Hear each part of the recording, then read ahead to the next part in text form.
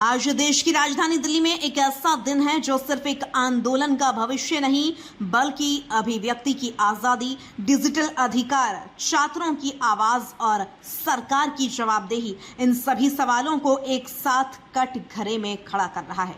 एक तरफ Delhi high court, दूसरी तरफ सरकार और सीजेपी के बीच अहम बातचीत और तीसरी तरफ पेपर लीक पर केंद्र सरकार का सख्त कानून लाने की तैयारी। यानी आज का दिन केवल एक कानूनी सुनवाई नहीं बल्कि देश की शिक्षा व्यवस्था और लोकतांत्रिक संवाद के लिए बेहद महत्वपूर्ण माना जा रहा है।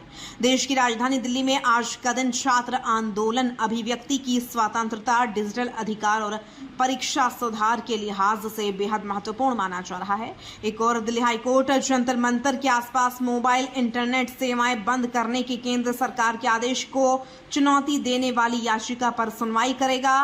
वहीं दूसरी ओर सरकार और सीजेपी के प्रतिनिधियों के बीच दोपहर 12:30 बजे संविधान क्लब में अहम बैठक प्रस्तावित है। इसी दिन केंद्र सरकार पेपर लीक रोकने के लिए प्रस्तावित कड़े कानून को आगे बढ़ाने की दिशा में भी महत्वपूर्ण कदम उठाने की तैयारी में है।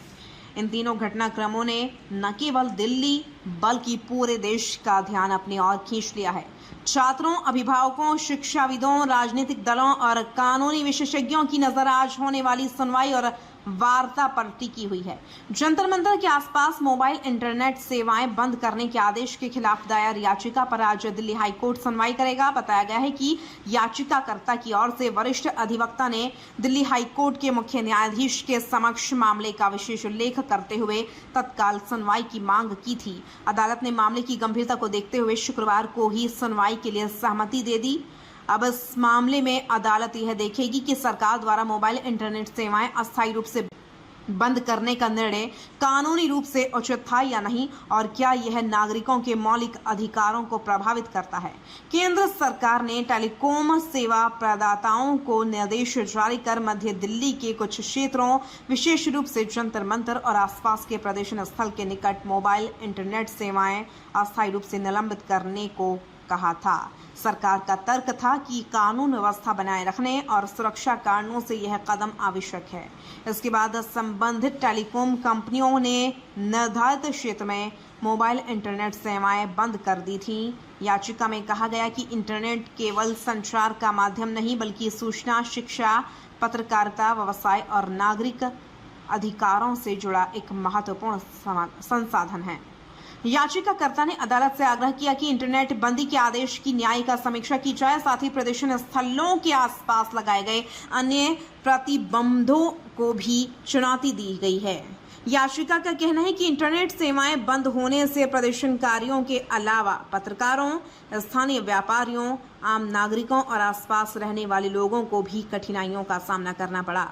अब सभी की निगाहें इस बात पर हैं कि अदालत सरकार से क्या जवाब मांगती है और आगे क्या निर्देश देती है। आज का दूसरा सबसे महत्वपूर्ण घटनाक्रम सरकार और सीजेपी के बीच होने वाली वार्ता है। यह बैठक दोपहर 12:30 बजे नई दिल्ली स्थित कॉन्स्टिट्यूशन क्लब में होगी। सूत्रों के अनुसार पिछले 24 घंटों के दौरान सरकार ने कई बार बातचीत की पहल की। सरकार की ओर से सीजेपी प्रतिनिधियों को भाजपा अध्यक्ष जेपी नड्डा के आवास या कार्यालय में चर्चा का प्रस्ताव दिया गया था। हालांकि सीजेपी ने इस प्रस्ताव को स्वीकार नहीं किया और कहा कि यदि सरकार वास्तव में सार्थक संवाद चाहती है तो बातचीत या तो जंतर मंतर पर हो या किसी तटस्थ स्थान पर आयोजित की जाए। इसके बाद सरकार ने यह प्रस्ताव स्वीकार करते हुए संविधान क्लब में बैठक आयोजित करने पर सहमति जताई। सरकार और सीजेपी के बीच होने वाली यह बैठक कई मायनों में महत्वपूर्ण मानी जा रही है। यदि बातचीत सकारात्मक रहती है तो लंबे समय से जारी गतिरोध समाप्त होने की संभावना बन सकती है। हालांकि इसका अंतिम परिणाम बैठक के बाद ही स्पष्ट होगा। राजनीतिक विश्लेषकों का मानना है कि यदि दोनों पक्ष कुछ प्रमुख मुद्दों पर सहमति बना लेते हैं तो आंदोलन की दिशा बदल सकती है। इसी बीच केंद्र सरकार परीक्षा प्रणाली में सुधार और पेपर लीक पर रोक लगाने के लिए भी बड़ा कदम उठाने की तैयारी कर रही है। सरकार पहले ही संकेत दे चुकी है कि पेपर लीक से जुड़े मामलों में कठोर दंड और त्वरित न्यायिक प्रक्रिया सुनिश्चित करने वाला नया कानून लाया जाएगा। सूत्रों के अनुसार प्रस्तावित विधेयक को लेकर सरकार की तैयारी अंतिम चरण में है। प्रधानमंत्री नरेंद्र मोदी ने हाल ही में जारी अपने वीडियो संदेश में छात्रों को भरोसा दिलाया कि सरकार पेपर लीक के खिलाफ कठोर कानून बनाएगी। उन्होंने कहा कि नए कानून में दोषियों के लिए सख्त सजा का प्रावधान होगा और ऐसे मामलों की शीघ्र सुनवाई सुनिश्चित करने के लिए विशेष व्यवस्था की जाएगी। प्रधानमंत्री ने यह भी बताया कि प्रस्तावित विधेयक अगले सप्ताह संसद में पेश किया जाएगा और सरकार इसे जल्द पारित कराने का प्रयास करेगी।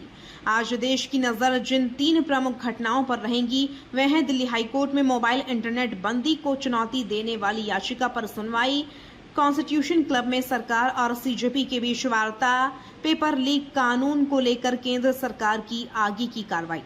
इन तीनों घटनाओं का असर छात्र आंदोलन, डिजिटल अधिकार, सार्वजनिक व्यवस्था और देश की परीक्षा प्रणाली पर पड़ सकता है। फिलहाल दिल्ली हाईकोर्ट में सुनवाई के बाद अदालत के निर्देशों का इंतजार रहेगा।